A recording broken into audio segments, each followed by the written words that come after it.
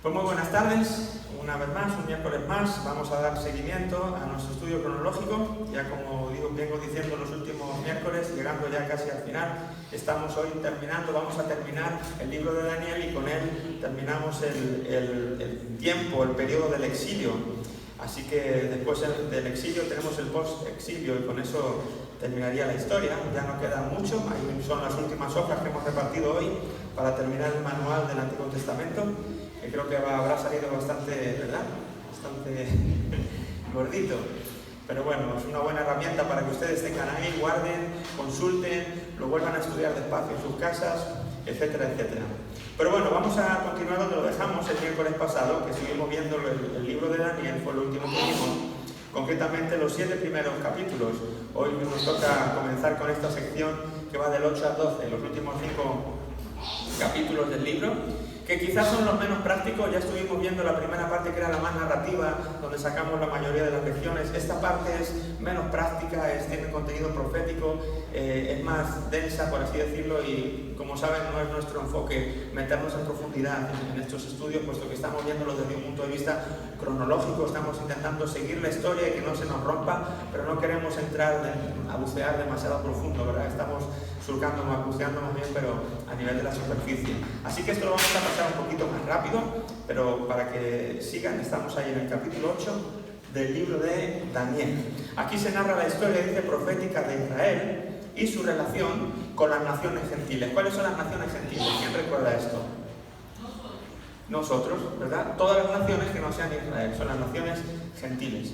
El capítulo 8 se centra en el segundo y en el tercer imperio. Ya vimos cuáles eran esos 4 imperios que habían sido expuestos en la visión, ¿verdad? Que en el sueño que había tenido y cómo Daniel lo había interpretado. Estos imperios, el segundo y el tercer imperio, eran, el primero era Babilonia, si recuerdan, el segundo era Persia y el tercero era Grecia, el cuarto era Roma, ¿recuerdan? ¿Sí recuerdan? No, ¿verdad? Sí, ¿no? Están más o menos. Bueno, dice que este capítulo 8 se va a centrar en el segundo y en el tercer imperio, que son Persia y Grecia.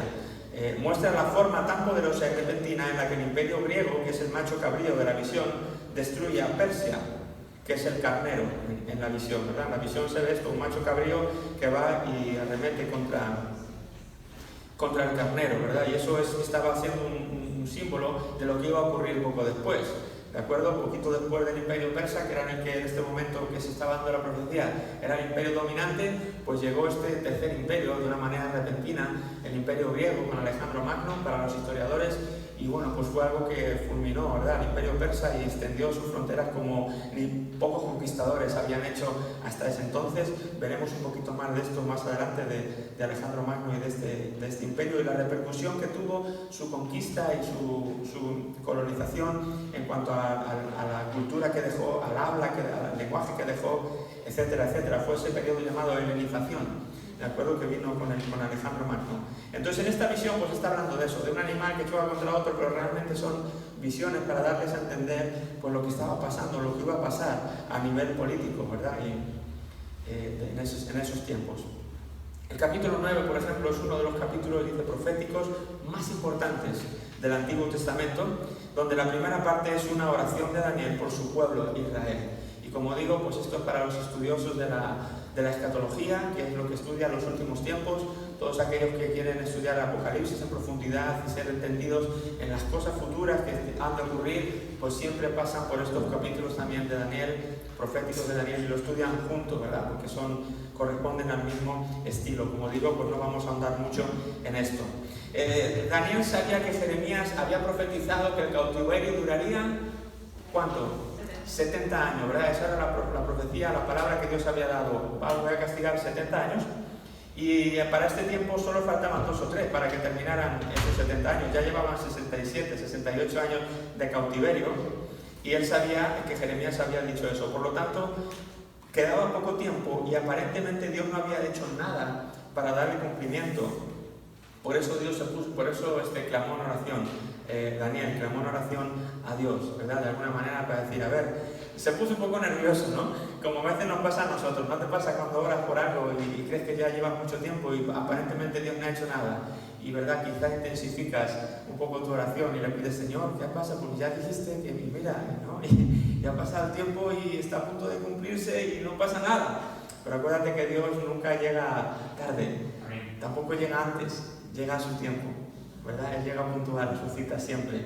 A veces esa puntualidad nosotros, ¿verdad? Queremos...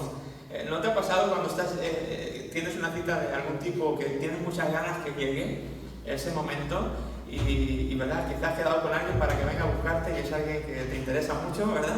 Y tú estás desde antes ya, ¿verdad? Esperando, quizás estás hasta una hora antes arreglado o arreglada o con la anticipación de ese momento y estarías listo, ya quieres que llegase, quieres que sea adelante al tiempo al que has quedado. Pero las citas son las citas y los tiempos son los tiempos.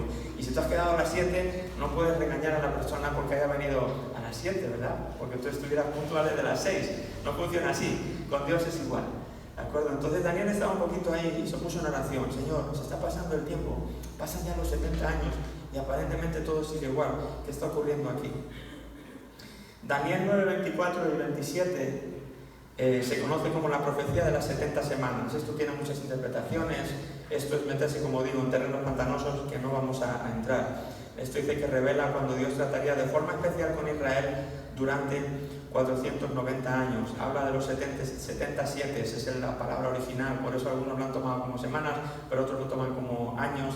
Es algo muy, como digo, no son cosas así que uno a primera vista lee, entiende y aplica a su vida, ¿vale?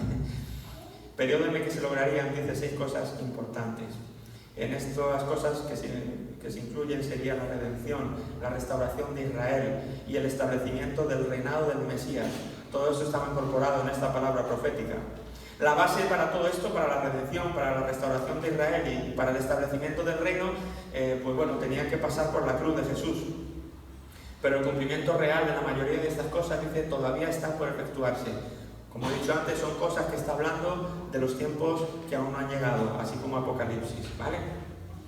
Los 490 años están divididos en 3 secciones y la última tendrá una duración de 7 años, que todavía son futuros, conocidos como el periodo de la gran tribulación, ¿de acuerdo? Eso estaba incluido en este periodo de 400 años del que se habla en este capítulo. Al interpretar esta profecía clave debe recordarse que Israel y no la Iglesia de Jesucristo es el tema de la profecía. A veces aquí la gente espiritualiza y lo saca como de contexto como hablar de la Iglesia en general y de la Iglesia mundial, pero es una profecía que habla de Israel, es algo concerniente a la nación de Israel. No hay que sacarlo de ese contexto y generalizarlo a la Iglesia cristiana de estos tiempos, ¿de acuerdo? Eso sí es un buen consejo para aquellos que quieran indagar más y meterse más a estudiar todos estos temas. Los últimos capítulos, del 10 al 12, me he ido pasando esto. Los capítulos del 10 al 12 narran la visión final de Daniel, la cual recibió cuando ya tenía 85 años de edad. Pensabas que aquí uno como cristiano a los 65 se jubilaba, aquí no se jubila a nadie, ¿verdad? En el reino de Dios, mira, a 85 años y todavía Dios tiene planes para ti. Acordamos de Moisés, acordamos de mucha gente ¿verdad? Dios no ve las cosas como uno las ve, como la sociedad a veces las ve. Entonces a los 85 años él narra esta visión final, Daniel, que se centra con gran detalle, dice, en lo que iba a ocurrir en los últimos años del tercer reino, que hemos dicho que el tercer reino era Grecia. Entonces aquí Daniel tiene unas palabras para lo que iba a ocurrir en esos últimos años del reinado o del imperio griego, ¿vale? Incluye también palabras de consuelo que le aseguran a Daniel y al pueblo de Dios que vendrá el tiempo de la restauración y de la recompensa. Dios es el Dios que cumple el pacto, como siempre, como hemos visto con los profetas, casi cada uno de ellos que hemos ido viendo, al final siempre Dios tiene esas palabras de ánimo, de restauración para su pueblo, de vamos, que el futuro va a ser mejor, etcétera, etcétera. Así que básicamente eso es lo que dice Daniel. Como digo, lo más interesante ya lo vimos el miércoles pasado, o lo más práctico, o lo más entendible, por así decirlo. Con esto entonces, con este libro, estaríamos llegando, como he dicho antes, al final de este periodo de 70 años conocido como el exilio, de acuerdo, del pueblo de Dios. Estos 70 años donde los israelitas fueron deportados de sus tierras a Babilonia, y donde permanecieron lejos de sus familias y de su ciudad y de su templo y de su todo durante estos 70 años. Pero esto terminaba, Dios había dicho, esto es un castigo de 70 años A los 70 años esto pasa y yo voy a seguir con mi plan para ustedes como nación y para el mundo. Bueno, pues estamos en ese momento. Terminan los 70 años y entonces llegamos al final del exilio. Los años del exilio, dice, fueron desalentadores y difíciles para Israel. Imagínense, ya hemos hablado de eso alguna vez. Esos años suscitaron muchas preguntas sobre su futuro, ¿de acuerdo? ¿Qué iba a pasar con ellos? Sí, Dios había prometido que tenía planes, pero ¿realmente los cumpliría? ¿Realmente había un futuro para ellos después de haber estado desarraigados de toda su cultura, de su entorno, de su ciudad, de todo? 70 años. ¿Te has parado a pensar? Se dice rápido, ¿verdad? Cuando ves la historia así a vista de pájaro, 70 años te parece nada. Pero ahora imagínate 70 años de tu vida. ¿Cuántos son? ¿Es poco o es mucho? Es toda una vida de uno, ¿verdad? Es toda una vida. Se haría eterno. Si a veces nosotros por 7 días nos desesperamos, imagínate con 70 años en los que Dios está tratando con uno y sí tiene planes, pero ¿será verdad todo esto que Dios dijo? ¿Llegará? ¿Tendrá planes para nosotros? Hemos estado fuera tanto tiempo que ya ni nos acordamos lo que era el pueblo de Israel, ni nos acordamos eso del templo, cómo se hacían los sacrificios, yo no sé, ¿no? Imagino que el panorama no era muy halagüeño, era muy desalentador para este pueblo. Pero esos años de cautiverio fueron a la vez valiosos para Israel, porque aprendieron que Dios es santo y que el pecado finalmente se castiga. ¿Sí? Aprendieron la lección, por así decirlo. Caray, pensábamos que esto nunca iba a llegar, pensábamos que Dios, como había dicho eso del pacto, pues siempre nos iba a ser propicio. Siempre, aunque nosotros metiéramos la pata, pues Él estaba ahí para perdonarnos y de alguna otra manera, bueno, éramos su pueblo. Pero caray, hemos visto que Dios es santo. Y cuando Dios dice que esto no se hace, no se hace, y si lo hacemos tiene consecuencias, tiene consecuencias. Las acabamos de vivir durante 70 años. Por lo tanto, reaccionaron, ¿verdad? A que las cosas tienen sus consecuencias, que el pecado tiene consecuencias y que finalmente Dios interviene. Puede tardar más, puede parecer que nunca lo va a hacer, pero si persistimos en nuestro error, en nuestro pecado, al final Dios tenía que actuar. En concreto, fueron sanados en su mayoría del pecado de la idolatría. Recuerdan que la idolatría fue prácticamente el pecado más prominente, tanto en Israel como en Judá, finalmente, ¿verdad? Se metió ahí en la vida de ellos y fue una de las, entre otros muchos, ¿verdad? Pero la idolatría fue un asunto muy severo, muy grande en ellos. Les absorbió, les anuló, les hizo tropezar y les revolcó una y otra vez. Pero en estos 70 años, pues de alguna manera fueron restaurados en gran parte de este pecado, algo que unido a un amor renovado por las Escrituras, hizo que el pueblo de Dios, después del exilio, fuera una nación espiritualmente un poco más fuerte. Tampoco vamos a decir que ahora estaban ahí, ¿verdad?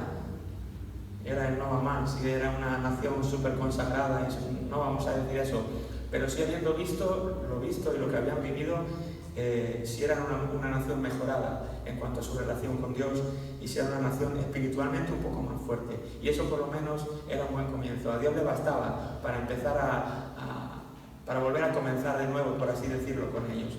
Eso le bastaba. Así que tras el cautiverio, Dios permitió que su pueblo volviese a la tierra del pacto, después de estos 70 años, para volver a comenzar su vida allí. Los últimos 3 profetas del Antiguo Testamento, que son Ageo, Zacarías y Malaquías, que son los 3 últimos que nos quedan por ver, ejercieron ya su ministerio en Judá, después del exilio. ¿De acuerdo? Y ahí tenemos un mapita, pues tienen un poco la leyenda ahí arriba.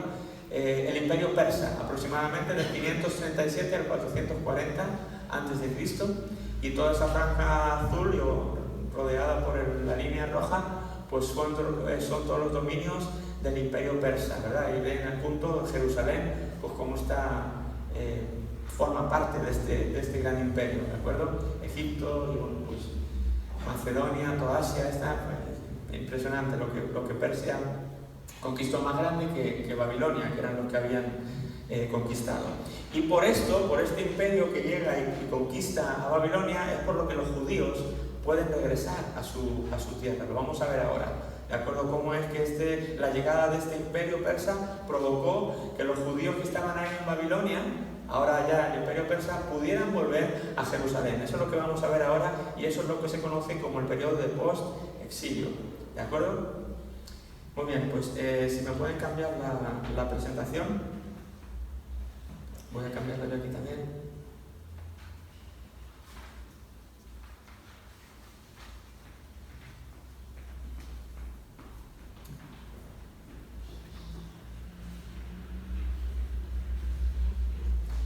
Muy bien, pues entonces hemos visto estos tres imperios. El primero, el imperio asirio, ¿recuerdan? Que fue el que conquistó las tribus del norte, lo conocido como Israel, fue el primer imperio que llegó.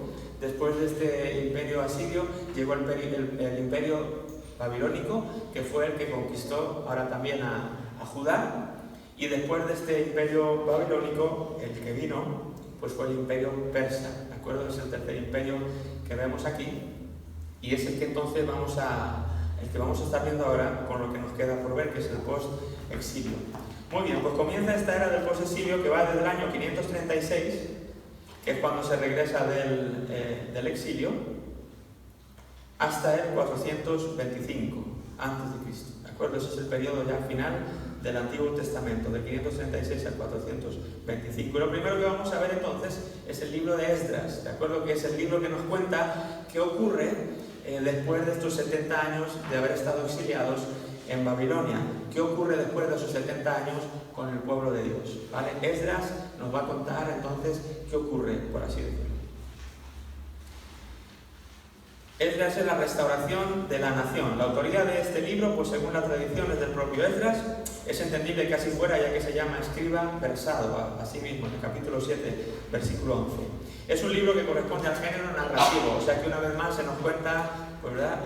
Algo fácil de entender, una historia, una narración. En la biblioteca hebrea, o en la Biblia hebrea, Esdras y Nehemías es un solo libro, y ambos son la continuación de Segunda de Crónicas. ¿Vale?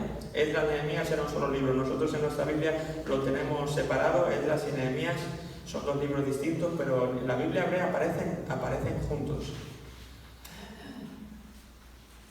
El libro se escribió en el 450, pero narra el regreso judío desde el año 538 hasta el 458. O sea que vamos a cubrir un periodo más o menos de 80 años con este libro. Un pequeño bosquejo del libro sería el regreso de Israel bajo la dirección de Zorobabel, que fue un líder que dirigió a los exiliados de vuelta a su casa. Y después, del capítulo 7 al 10, vemos el regreso de otro grupo bajo la dirección de Esdras, el autor de este libro.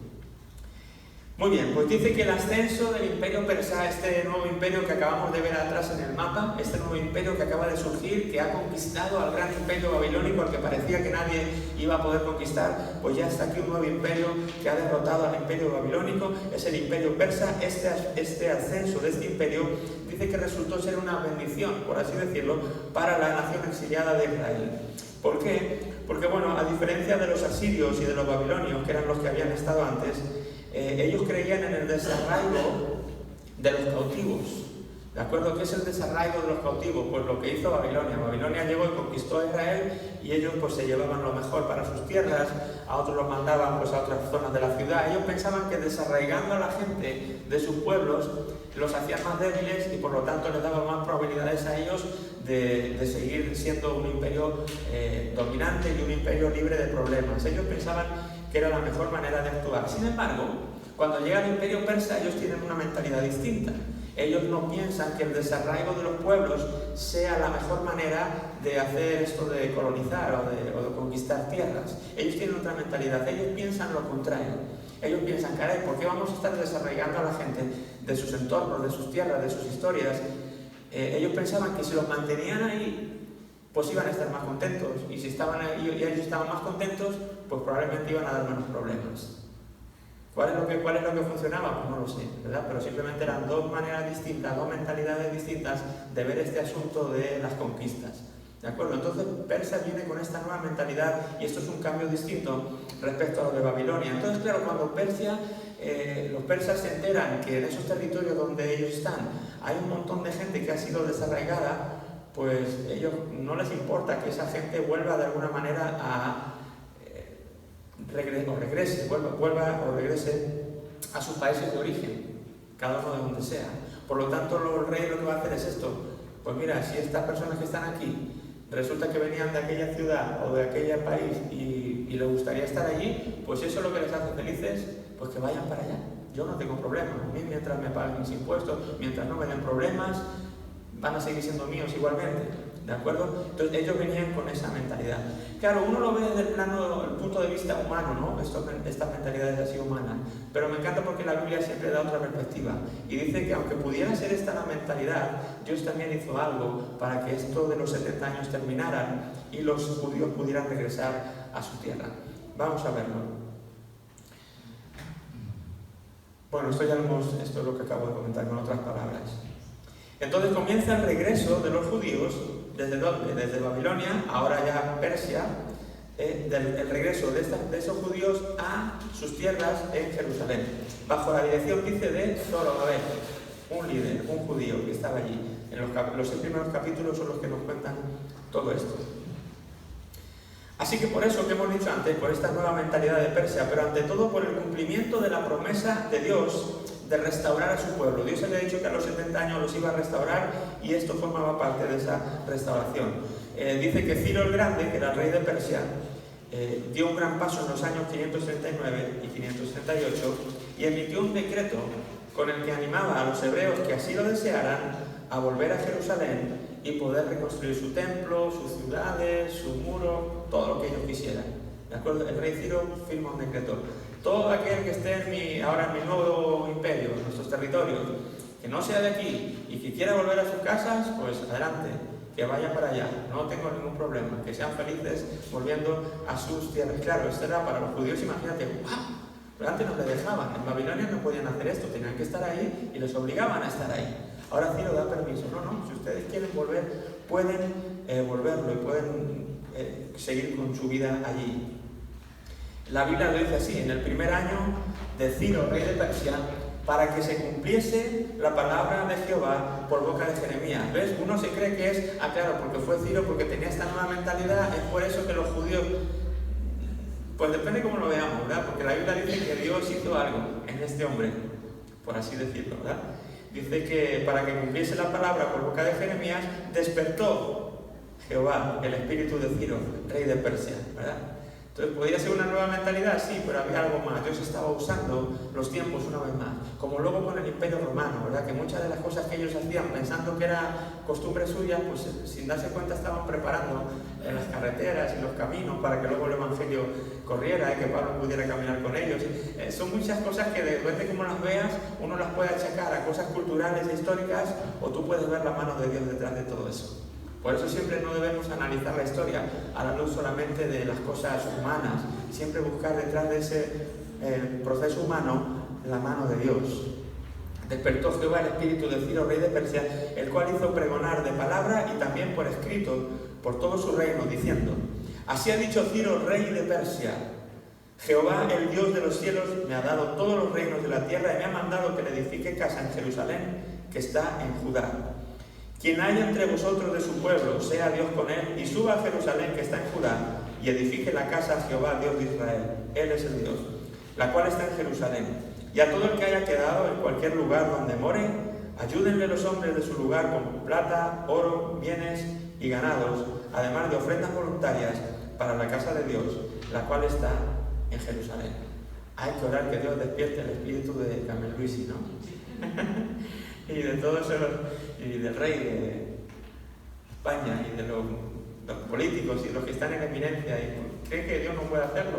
Claro que sí, ¿verdad? Solo falta que Dios les llame: hey, despierta, Rajoy, despierta, ¿qué pasa? Venga, ¿no? Cambia esta situación. Y tan fácil pueden cambiar las cosas. 70 años desesperando, 70 años diciendo Dios no hace nada, 70 años Daniel orando: ay Señor, es que pasa ya tiempo, tú no haces nada, Y Dios en un momento dice: no, espérate, si todavía no estás Ciro como rey, ¿qué voy a hacer? Espérate, muchacho, cálmate.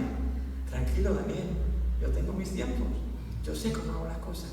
A su tiempo, Dios despierta el corazón de un hombre, todo listo, empieza el regreso. Es así para Dios. Lo que a veces nosotros vemos como cosas tan difíciles, cosas, ay, es que llevo orando por mi papá de 13 años, ay, por mi mamá 25 años, ay, por mis no sé quién, y porque cambia esta situación aquí 20 años, y parece que no pasa nada, seguro que ya Dios no está interesado en esto, ya dejo de orar por esto. Deja que Dios sea Dios, a lo mejor te faltaban 2 días, a lo mejor te faltaban 2 años para que Dios respondiera. Sigue orando, no te desesperes, confía en que Dios tiene sus tiempos y relájate en el proceso y disfruta de lo que Dios tiene para ti en el día de hoy. ¿verdad? Que baste cada día su propio mal. No estemos pensando, ay, que no ha hecho Dios, ay, pero ¿cuándo lo va a hacer? Eso no nos deja concentrarnos en lo que tenemos que hacer hoy con nuestra vida, hoy con lo que Dios quiere que hagamos, hoy con la persona con la que nos hemos cruzado, que quizá yo tenía que haberle hablado y como estaba pensando en que Dios no alcanzaba a mi tía, pues perdí la oportunidad de hablar a tal persona. ¿Sí? Así que en su momento Dios despierta el corazón de este hombre y hay un edicto, hay un respaldo, un ánimo a esta gente y encima pues les ayuda, ¿verdad? Les da bienes y plata y oro. ¡Wow, madre mía, qué bendición! Es como, ¡wow!, avivamiento de la nada. La noticia se recibe con alegría. Claro, imagínense los judíos que nos dejan volver a nuestra ciudad, que se nos anima a volver a nuestra ciudad, que casi parece creyente Ciro hablando, ¿no? Dios, eres Dios de Israel, y que todo aquel que vaya y que el edificio, ¿verdad? Es como que, ¿qué ha pasado aquí? Y encima nos ayuda económicamente y pues vamos a aprovecharlo. La alegría era grande, por así decirlo, entre muchos de ellos. Pero enseguida, como a veces pasan las cosas, ¿no? Que si uno te dice X noticia, y uno se alegra mucho al principio y de repente vienen y se empieza a sentar la idea en tu mente y dice, a ver, espera, pero esto significa que si yo me pasa esto, entonces voy a tener que hacer también esto, y esto significa que... Y empezamos a meditar lo que en principio había sido una gran alegría y empezamos a verle las dificultades que puede entrañar. No sé qué decirles, a lo mejor que te toque la lotería, ¿no? Un premio gordo, o que te caiga una herencia, yo no sé, ¿no? Y al final, pero esto ahora yo voy a tener que... No sé lo que voy a tener que hacer. A veces lo que ha sido una buena noticia, me refiero, para muchas personas ha sido su perdición, o ha sido su ruina, o en qué momento a mí me pasó esto, si parecía una cosa tan buena y al final no fue buena. Bueno, la noticia se recibe con alegría, pero hay un dilema, porque después de 70 años, como hemos dicho antes, 70 años lejos de tu patria, claro, ahora volver se ve como muy bonito, pero cuando se pararon bien a pensar, pero ¿dónde? La Israel a la que volvemos no es la Israel que dejamos. Realmente aquí ya llevamos 70 años. Quizá mis hijos pues ni saben, ni conocen en Jerusalén. Ellos lo que conocen ya es Persia ahora, la hora Persia. Aquí ya hemos comprado casa, aquí ya tenemos terrenos, aquí tenemos nuestro negocio. No lo sé cuántas cosas empezaríamos a decir ahí, pues ya parece que no es tan fácil volver, ¿verdad? Como aparentemente parecía una buena noticia, pero ahora que lo pienso despacio, no sé yo.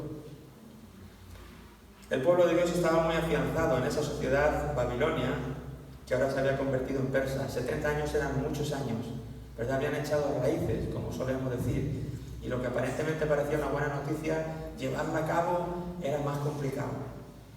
Muchos de ellos habían comprado tierras y casas, como hemos dicho, habían empezado negocios, habían aprendido un nuevo idioma y un estilo de vida, ¿verdad?, con la que vivir y regirse. Y hay una nueva generación de judíos que nunca había estado antes en Jerusalén. Por lo tanto, pues ellos no estarán muy entusiasmados en volver a un lugar que ni conocían y que probablemente el panorama al llegar no iba a ser muy alentador. No iban a Disneylandia, ¿verdad? Iban a una tierra que había estado prácticamente desocupada, arrasada, asolada, aniquilada, quemada y deshabitada durante mucho tiempo. Pero bueno, vamos a ver entonces cómo reaccionan. Es por eso que para muchos no resultaba fácil la elección, ya que se requería un verdadero espíritu pionero para abandonar una situación próspera para ir a hacer frente a la desolación del panorama palestino. Las personas que ya habían prosperado, que ya habían echado por fin, se habían asentado y habían, pues no sé, prosperado, ¿no?, en todos los sentidos, era dar un paso atrás realmente. Era su tierra, pero era un paso atrás. Y no era fácil para muchos de ellos decidir qué hacer. Finalmente hay un grupo de unas 50.000 personas que deciden regresar bajo el liderazgo de un hombre llamado Zorobabel, como encontramos ahí en el capítulo 2, 64 y 65. El rey Ciro incluso ofreció su ayuda devolviendo los utensilios del templo que Nabucodonosor había robado. Recuerdan que Nabucodonosor había robado los utensilios y lo había llevado a Babilonia. Ciro incluso dijo, todo esto era de ahí del templo, pues llévenselo y úsenlo para allá, para el templo. O sea, él fue muy bueno, él fue muy bondadoso, se puso muy en el pellejo de los judíos. Entonces, bueno, de todos los que estuvieran ahí, que serían muchos, hay un pequeño o gran grupo, depende cómo se quiera ver, más o menos 50.000 personas que van a regresar a restablecer la vida allí. Lo primero que se construye al llegar a Jerusalén dice que es el altar. ¿Por qué? Porque sin altar no hay sacrificios y sin los sacrificios no se podía uno acercar a Dios. Era el sistema que ellos tenían para hacer caso a Dios, a base de sacrificios, para perdonar los pecados, para hablar. Si no había altar no podía haber sacrificios. Esta migración comienza en el año 538 y tras 2 años de asentamiento, en el año 536, se colocan los cimientos del templo, ¿de acuerdo? Se vuelven a colocar los cimientos que habían sido derruidos. Está ahí en el capítulo 3 y el versículo 10. ¿Cuánto había pasado entonces desde el 606, que habían empezado a llevarse al joven Daniel con un grupo de judíos para Babilonia? Eso fue en el 606, ¿recuerdan? Que veíamos que en el 606 Daniel con un grupo de judíos fue llevado para Babilonia. En el año 536 estaban echando los cimientos del templo. ¿Cuánto va del 606 al 536? 70 años, exactos. Como Dios había dicho, el cautiverio durará 70 años. Después de 70 años serán restaurados, volverán a ser nación, y en eso estaban. Estaban los cimientos de un templo que eran mucho más que los cimientos físicos, eran unos cimientos de una nación probablemente también. Iban a empezar a levantar no solamente un edificio, sino toda una nación, toda una cultura, todo un pueblo, una vez más, después de 70 años esparcidos y cautivos en un territorio que no era el suyo. ¿Qué ocurre? Pues como siempre, el enemigo nunca está contento cuando ve al pueblo de Dios prosperar. Así que enseguida sufren la oposición de los enemigos, no es de Satanás, ¿verdad? Son enemigos reales, otros pueblos de alrededor que se habían acostumbrado a ver Jerusalén en ruinas o Jerusalén y los alrededores destruido, y ahora de repente ven a un grupo de 50.000 personas que llega y que se empiezan a poner manos a la obra, ¿verdad? Pues claro, los vecinos de alrededor estaban como, ahí va, ¿quiénes son estos? Oh, mira, si estos son los que antes vivían aquí, si estos eran los que ese Dios que estaba con ellos, que luchábamos y no se les podía ganar, y empiezan a ver como una amenaza a este pueblo ahora. Por lo tanto se van a oponer a lo que los judíos están queriendo hacer, a esta obra de reconstrucción. Así que al final consiguen parar la obra, ¿de acuerdo? Los vieron ahí trabajando y echando los cimientos, pero apenas cuando estaban en ese estado de echar los cimientos, llegaron estas naciones, llegaron estos pueblos, se les opusieron y les hicieron detener el proyecto de construcción.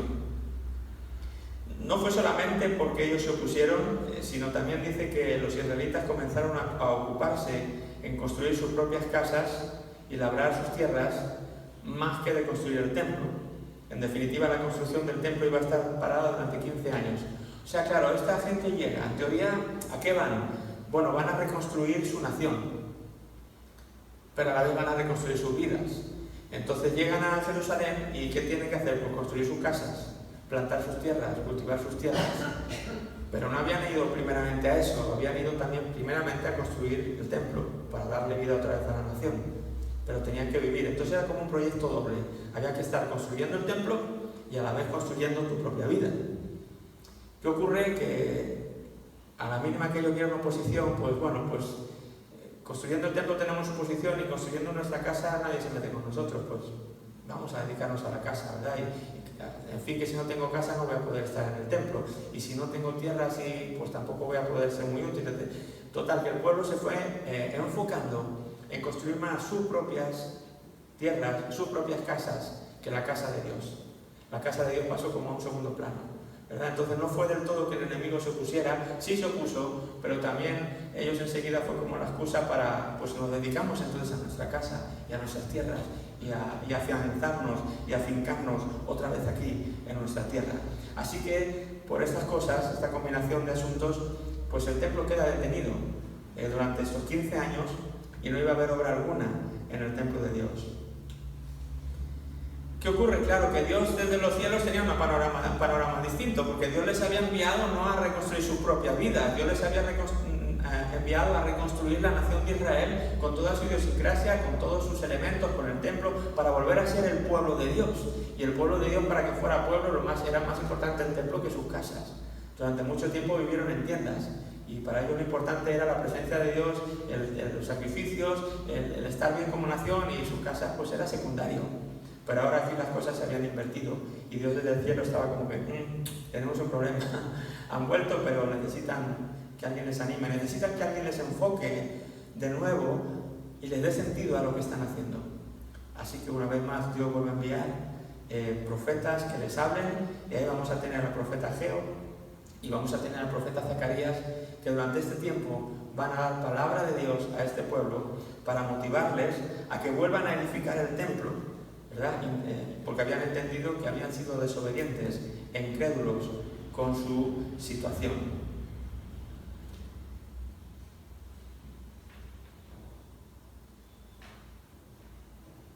Aunque las circunstancias no habían cambiado, ¿qué hicieron? Volvieron a la obra y vieron cómo Dios les ayudaba. Tras 4 años de duro trabajo se termina la construcción y se dedica de nuevo el templo a Dios. Eso nos lo cuenta el capítulo 6 y los versículos del 14 al 18. Y a mí esto, yo creo que eso es una de las lecciones para nuestra vida hoy, ¿no? Quizá Dios ya te ha hablado con otras cosas que hemos comentado, o quizá todavía Dios te hable en los 20 minutos que quedan con otros principios y cosas que estemos leyendo de la palabra de Dios. Pero yo veo que un principio, como digo siempre, que la Biblia de Dios es muy antigua pero a la vez muy nueva, y habla de problemas muy antiguos pero a la vez muy nuevos, y no sé cómo tenemos esa tendencia del ser humano de siempre repetir los mismos errores que hemos venido repitiendo durante siglos, pero los volvemos a repetir. Y a mí me da que sin haber sido un pueblo, nosotros, ahora hablo de nuestras vidas, o de esta sociedad en la que vivimos, o de la iglesia hoy, nosotros siendo un pueblo que no hemos sido exiliados como lo fue Israel, no habiendo habitado 70 años en otra nación y siendo tratados como ellos, ni teniendo que hacer físicamente lo que tuvieron que hacer ellos, de volver a comenzar una nación otra vez, creo que espiritualmente hablando podemos caer en lo mismo que de una manera que estamos viendo aquí en este relato, en esta narración, de una manera física, lo podemos volver a vivir de una manera espiritual. ¿Me explico? ¿Para qué fuiste salvado? ¿Para qué fui salvado? ¿Para qué me salvó el Señor? ¿Quién me dice alguna idea? No hay respuestas buenas ni malas. ¿Para qué nos salvó el Señor? Para seguir su camino. ¿Para qué? Para ir su camino. Para ir en sus caminos. Muy bien, por ejemplo, ¿alguna otra respuesta? Para ser libres. ¿A fin de qué? ¿Para ser libres? ¿A fin de qué? ¿Lidia? Para testificar, dar testimonio. Para testificar, para dar testimonio de Él. Para servirle. Para servirle. ¿Qué más? Reconciliarnos. Para reconciliarnos. ¿Para qué ¿para qué nos sacó Dios de Babilonia? Vamos a suponer que el mundo nuestro, nuestra manera de vivir antes de conocer al Señor, esa era nuestra Babilonia. Y llegó por ahí un Ciro en cierto momento y nos sacó, ¿verdad?, de ahí y nos puso en órbita y nos dijo: hey, ¿tú qué haces aquí? Tú puedes tener otra vida. Nos habló de Jesús y, por así decirlo, volvimos a Jerusalén y encontramos ahí que había mucho trabajo que hacer. Y nuestro objetivo era, por lo que han dicho ustedes, servir al Señor, dedicar nuestra vida al Señor, ¿verdad?, a extender su reino en esta tierra, mostrar su amor a las personas que no le conocen.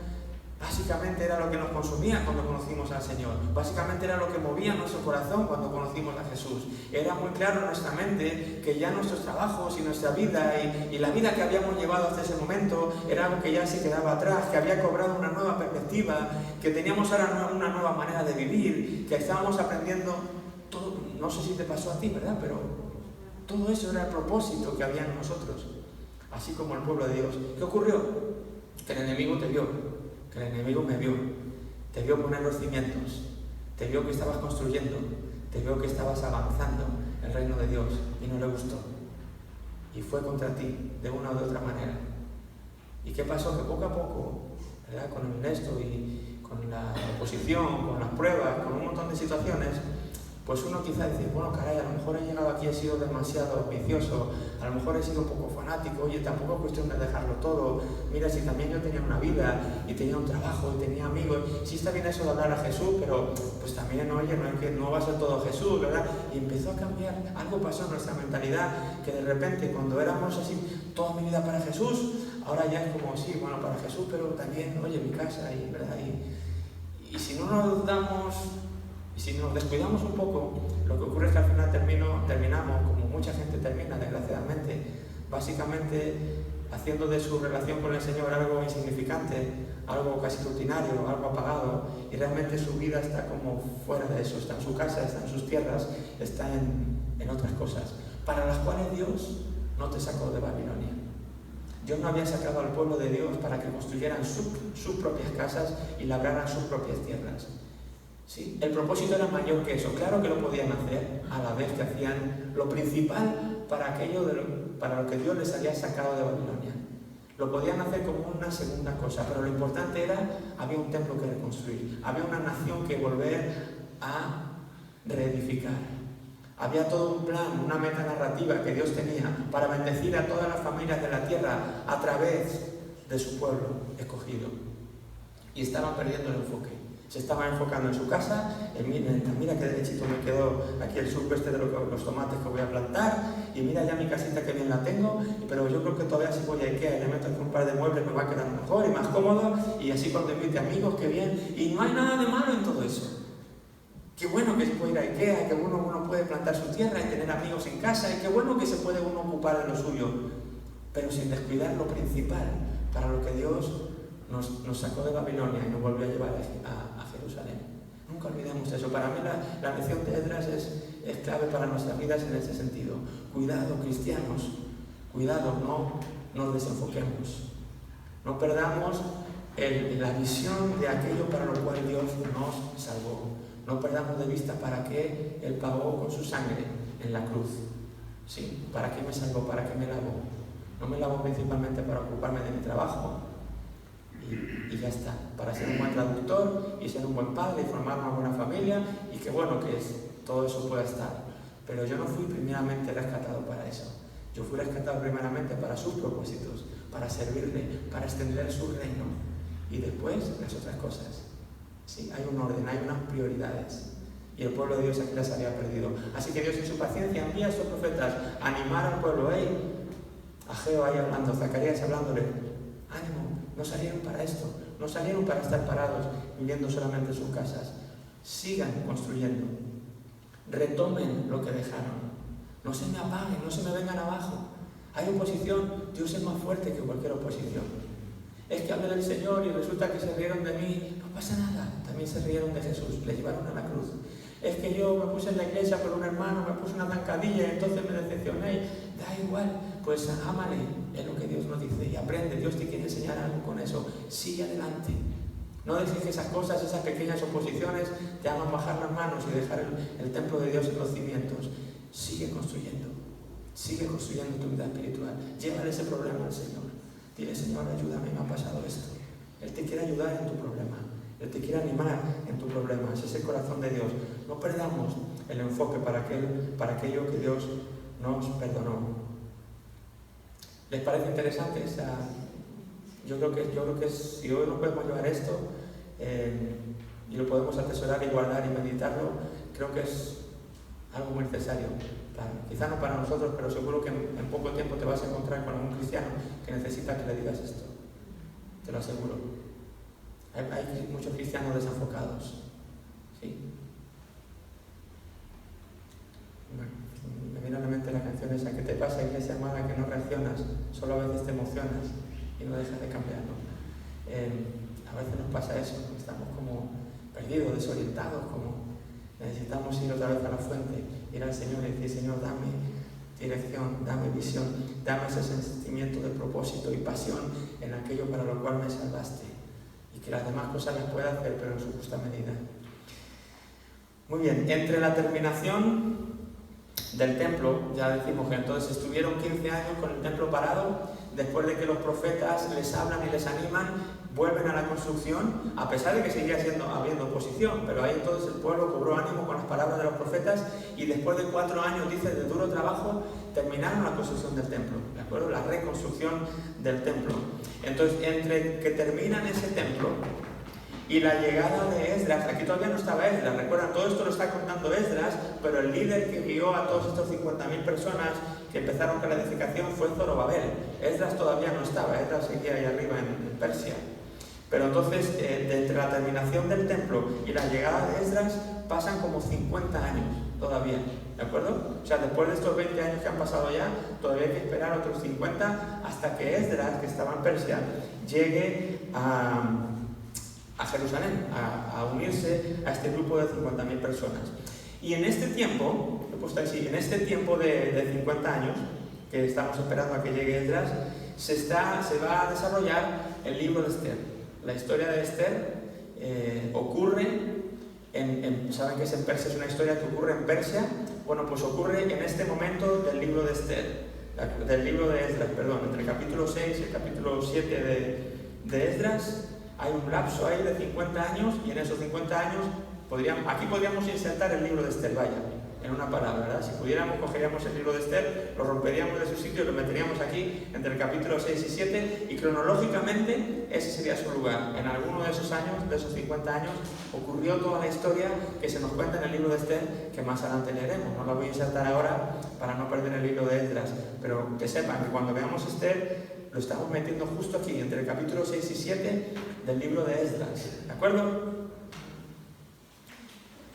Bueno, entonces, ahora dice del capítulo 7 al 10, es el regreso bajo la dirección de Esdras. Todo esto ha ocurrido en Jerusalén con los 50.000 personas que ha traído Zorobabel, y ahora va a venir Esdras con otro grupo desde Persia para unirse a las labores de edificación o de reedificación del pueblo de Dios. Al cabo de unos 80 años entonces, después del primer regreso bajo la dirección de Zorobabel, el escriba Esdras vuelve con otras 1.500 personas, este grupo más chiquitito. El primero fueron 50.000, este son solo 1.500.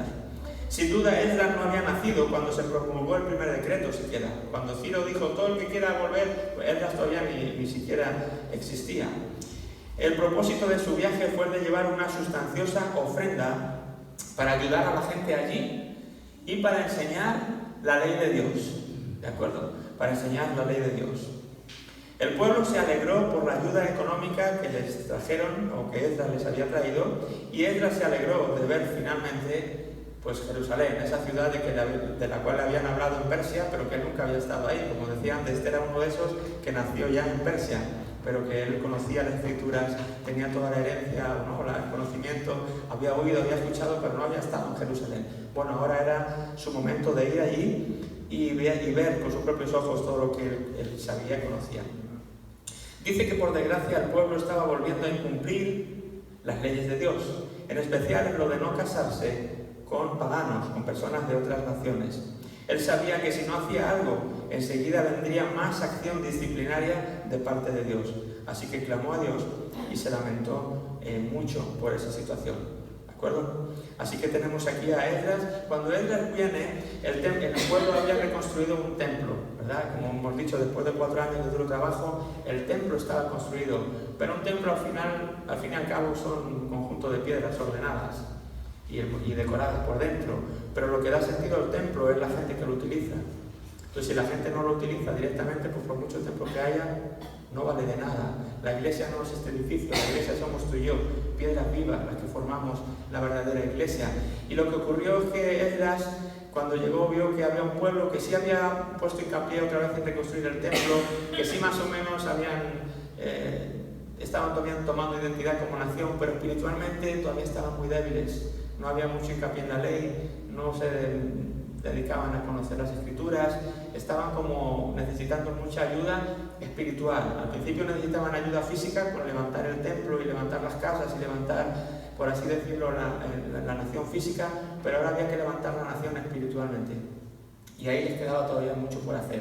Así que Esdras, cuando ve todo esto, él era una persona entendida, y la labor de Esdras va a ser principalmente esa: levantar a la nación espiritualmente hablando, a darle sentido al templo. Él llegó ahí a darle sentido al templo enseñando la ley de Dios, pues de nuevo enseñando a cómo vivir a la gente como verdadero pueblo de Dios, etcétera, etcétera. Esa va a ser su labor. Él vio eso, que gente se estaba casando con personas de otras naciones, lo cual la ley no permitía. Entonces le decía: sí, tienen mucho templo, pero otra vez están haciendo lo que quieren, y si no hacemos algo, pues si Dios intervino para castigar en el pasado, lo va a volver a hacer en el presente. Así que él se movió para hacer algo. Muchos observaron a Esdras y se dieron cuenta de su maldad, no de la maldad de Esdras, sino de su propia maldad, al ver la vida de Esdras y el ánimo que les llevaba a Esdras y cómo lo que Esdras proponía. Así que Esdras resultó ser un catalizador que los llevó a hacer lo correcto. Influyó con su ejemplo a una gran cantidad de personas, y con ello vino un avivamiento que fue un nuevo comienzo de obediencia a Israel. Ven como una y otra vez lo que Dios bendecía. Cuando Dios bendecía o derramaba bendición sobre su pueblo o avivamiento sobre su pueblo, siempre era por lo mismo. ¿Se han dado cuenta ya del patrón? ¿Qué era lo que provocaba la bendición de Dios o el avivamiento de Dios sobre su nación? Antes del exilio y ahora y siempre. La obediencia. La obediencia a la palabra de Dios. No el conocimiento. ¿Sí? El conocimiento, si no tenemos cuidado, envanece. La obediencia a la palabra de Dios era lo que provocaba que Dios descendiera sobre ellos, que Dios les bendijera, que la gente se convirtiera, que la gente se animara. Cuando el pueblo obedecía, las cosas cambiaban. Cuando el pueblo desobedecía, las cosas también cambiaban, pero para mal. Sí, era la obediencia. Y una vez más, Jesús, cuando habla de las dos personas que construyen su casa, el sabio y el necio, sobre la roca y sobre la arena, no está hablando de la persona que lee y la que no lee. No está hablando de la persona que va a la iglesia y la que no va a la iglesia. No está hablando de la persona que se involucra en un ministerio de la iglesia y la persona que no se involucra en ningún ministerio. No está hablando de la persona que sirve o deja de... No está hablando. Para él la diferencia entre una casa que se sostiene cuando vienen los ríos y las tormentas y la que no se sostiene radica en una sola cosa: la obediencia a la palabra de Dios. ¿Sí? La obediencia a la palabra de Dios. Cuando yo descubro lo que esta palabra dice y digo, hay una disonancia entre lo que aquí dice y lo que yo estoy haciendo, y cambio mi manera de hacer eso para ajustarme a lo que aquí dice, eso es obediencia. Hasta que yo no hago eso, no hay obediencia. Hay remordimiento, hay, yo no sé, darme cuenta de las cosas, pero hasta que yo no hago algo y empiezo a ordenar y a modificar mi vida para ajustarla a lo que la palabra de Dios dice, hasta entonces no es obediencia. Pero cuando me doy cuenta de eso y obedezco y pongo por obra las cosas que Dios me muestra, mira, va a venir la bendición de Dios sobre mi vida. ¿Sí? Y no estoy hablando de bendición económica, como algunos quizá puedan pensar. No necesariamente tiene que ser bendición económica, pero sí es el poder vivir en la plenitud de lo que Dios tiene para mi vida y para la tuya. No hay un sustituto, no hay ningún sustituto, no hay atajos. Bueno, no obedezco, Señor, pero no, pues si no obedeces, olvídate, ya se acabó la historia. Si queremos la bendición de Dios, si queremos el favor de Dios, si queremos ver ayudamiento en esta tierra, todo pasa por una palabra, que como iglesia y como individuos obedezcamos la palabra de Dios. Por eso es importante conocerla. No la conocemos porque es lo que se hace en la iglesia para ser religiosos, no. Es porque si no la conocemos no la podemos obedecer. Ese es el fin. Conocer la palabra de Dios no es por conocerla, es porque así entonces podemos obedecerla. Y por lo tanto, ser un pueblo bendecido, ser personas bendecidas a las que Dios puede usar más fácilmente. Así que no hay otra manera de venir. ¿No me das una alternativa? No. Si Dios nos dice no robes, tú no robes. Si sigues robando, por mucho que digas y que hagas, no funciona así. Necesitamos la obediencia. Es la clave para poder ser un pueblo, una persona diferente. Bueno, lo vamos a dejar aquí porque empezaríamos ahora con Ageo, que es uno de los profetas, como he dicho antes, que estuvo animando al pueblo a seguir reconstruyendo el templo que habían detenido, pero por la hora que es lo vamos a dejar aquí y lo vamos a ver el miércoles que viene. ¿Les parece bien? ¿Tienen alguna pregunta o algo que quisieran